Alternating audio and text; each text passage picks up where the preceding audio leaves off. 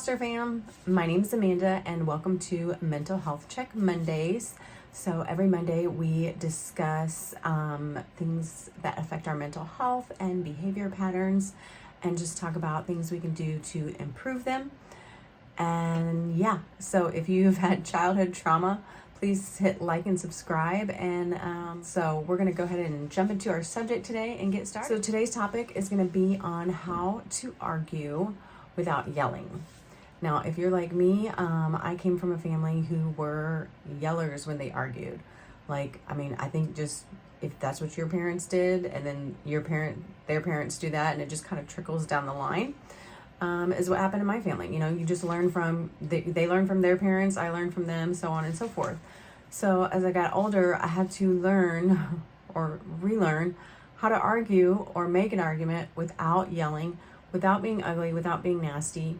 And if you've ever, lived in if you've had a traumatic childhood, or if you've lived in an abusive or emotionally unstable environment, you may be very familiar with the whole yelling part.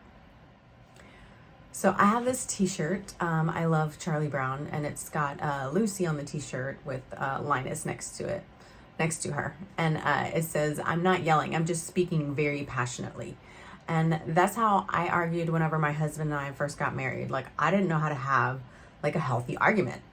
So some things that I've learned from our marriage counselor is how to argue without yelling. And I just thought that would be a good thing to share with you all today.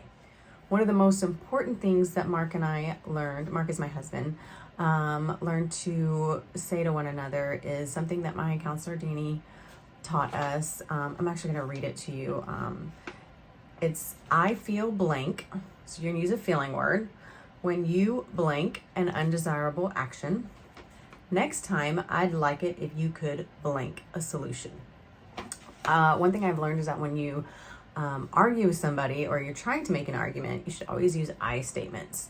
I. You don't ever want to say you need or you need, because then you're automatically pointing the finger and someone is going to get their defenses up. So I had to learn how to use I statements. And this one quote has helped our marriage so much with just, being able to express ourselves without yelling at one another. I'll use an example that probably us women can relate to is, "I feel disrespected when you throw the laundry on the floor next to the laundry hamper. Next time, could you please put the laundry in the hamper?" So that would be something that you could say. I don't know if that's a poor example, but I don't want to use anything like ugly or nasty. Those really do help for major arguments. Now, obviously in that case, that's something small, minute, minor, and it works very well with that as well. But when we have had major arguments, it has really helped me to be able to just take a step back and calm down, because I can remember trying to get my point across to my husband, and he would look at me and be like, "Why are you yelling?" And I'm like, "I don't know why I'm yelling. I just want you to get I didn't know how to get a point across without being ugly or nasty." And this statement has just helped me learn to be a little bit calmer and be able to find a solution, without either person getting defensive. It can be very difficult at times to keep emotions in check. So make sure you are doing that. I know that is hard sometimes. If you have to go take a 2-minute timeout, then do so, and then come back and make sure your face contact, you're looking face to face, making eye contact, not making faces, although I'm notorious for that. My husband will say something and I just want to roll my eyes because I'm pissed at him. So do that. Try to hear the other person out. The goal is to understand one another. It's not who's right and not who's wrong. It's just trying to understand one another. So try to stay focused on that. Also, you want to stay solution focused and future focused, not past focused. When my husband and I are dealing with issues, we also like to use the 2-minute rule, which is we try to deal with one issue 2 minutes at a time. Once you get past the 2-minute mark, then it's really kind of gets a little bit where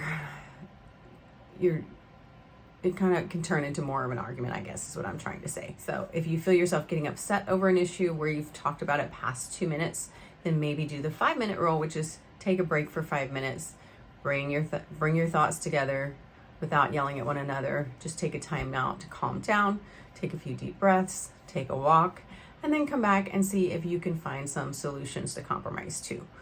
I know that this is something that can be challenging if you grew up in an environment that was not healthy, emotionally, physically, whichever. But this is just something that I wanted to share with you all today on just some tips that you can use to argue without yelling. So I hope that helps you, and I like to keep these videos short and sweet because mental stuff can be heavy and a lot to think about. So that's it. That's our lesson for today.